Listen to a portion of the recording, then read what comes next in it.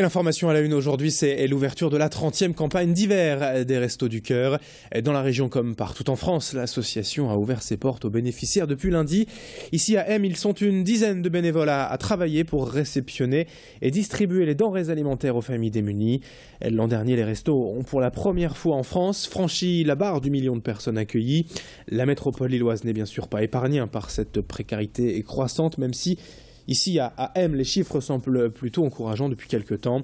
Ailleurs, comme à Roubaix par exemple, il a fallu tout de même cette année ouvrir une nouvelle antenne pour répondre à la demande toujours plus forte des habitants. Xavier Silly a rencontré la responsable locale des restos hier à M. La lutte pour le gaspillage, on a déjà commencé depuis plusieurs années.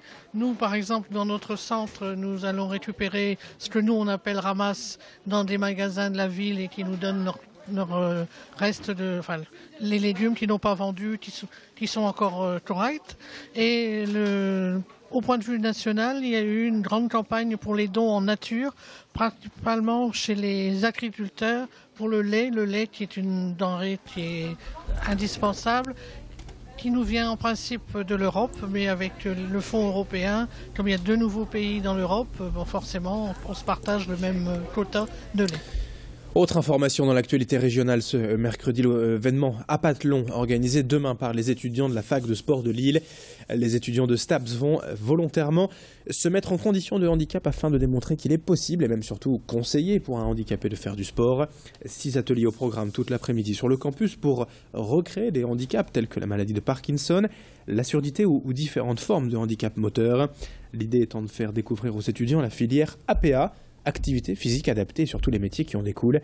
Des professionnels et des éducateurs spécialisés seront présents pour changer le regard de ces étudiants sur le handicap.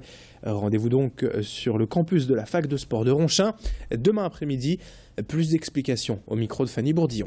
Nous avons monté un événement de sensibilisation au monde des handicaps et une présentation de la filière APA, donc activité physique adaptée et santé. Monter cet événement nous a paru nécessaire en fait parce que notre cursus nous a mené à changer notre regard sur le monde du handicap et à devoir avoir une personne dite en incapacité comme ayant des capacités, et on a voulu partager nous ce regard avec les étudiants dans un premier temps, et puis nous espérons élargir le public prochainement. Dans l'actualité de ce mercredi, également, l'Assemblée nationale a donc adopté hier en seconde lecture le projet de loi de réforme territoriale.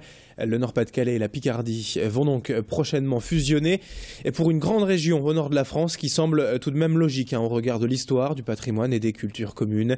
La réforme devrait être adoptée définitivement d'ici la fin de l'année. Et la nouvelle carte des régions mise en place au 1er janvier 2016 reste peut-être tout de même à lui trouver un nom à cette nouvelle région Nord-Pas-de-Calais et Picardie.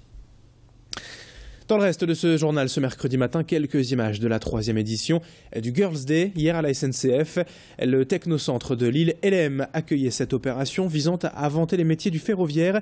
L'entreprise proposait ainsi aux jeunes filles de découvrir l'atelier de maintenance et de réparation des rames, TER et TGV. Car contrairement aux idées reçues, ces métiers ne sont pas réservés qu'aux hommes. Aujourd'hui, les femmes représentent 21% des effectifs à la SNCF, mais les 3/4 sont dans l'administratif.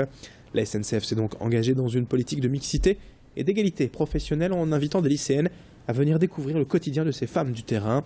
Elles ont visité des ateliers, des chantiers, des rames et des postes d'aiguillage. Alexandra Gossin les a accompagnées hier durant cette après-midi découverte. On répare les TER. Je suis principalement au confort où je fais l'aménagement intérieur, les vitres, les touffes WC et les portes.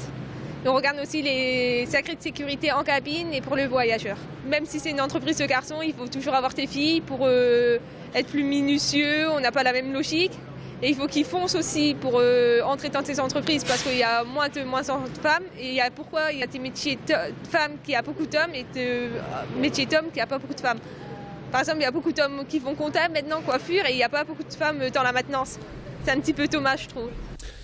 Et puis on vous en parlait déjà hier matin, les 5 premiers noms du Main Square Festival ont donc été dévoilés à Arras. C'est déjà du lourd pour la Citadelle début juillet.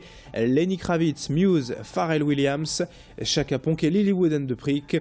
Les amateurs de musique ont déjà de quoi prévoir leur premier week-end de l'été. Dans la région, D'autres noms seront bien sûr dévoilés d'ici les prochaines semaines, au mois de janvier précisément.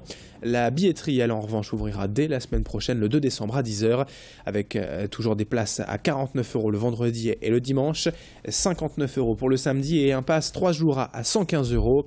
On ne manquera pas de vous en reparler bien sûr très bientôt sur notre antenne.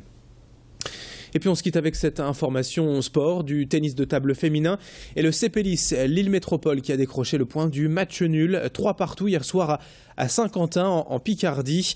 En l'absence de Bernie Soch de nouveau en rééducation, Agnès Lenanik et Xiao Xingjiang ont tenu la baraque hier pour l'Isle-et-Lannoy, est toujours deuxième au classement donc du championnat de France de Pro Adam. 7h21 en direct sur Grand Lille TV. Très bon réveil à toutes et à tous, très bonne matinée. Et tout de suite à suivre l'infotrafic et la météo du jour.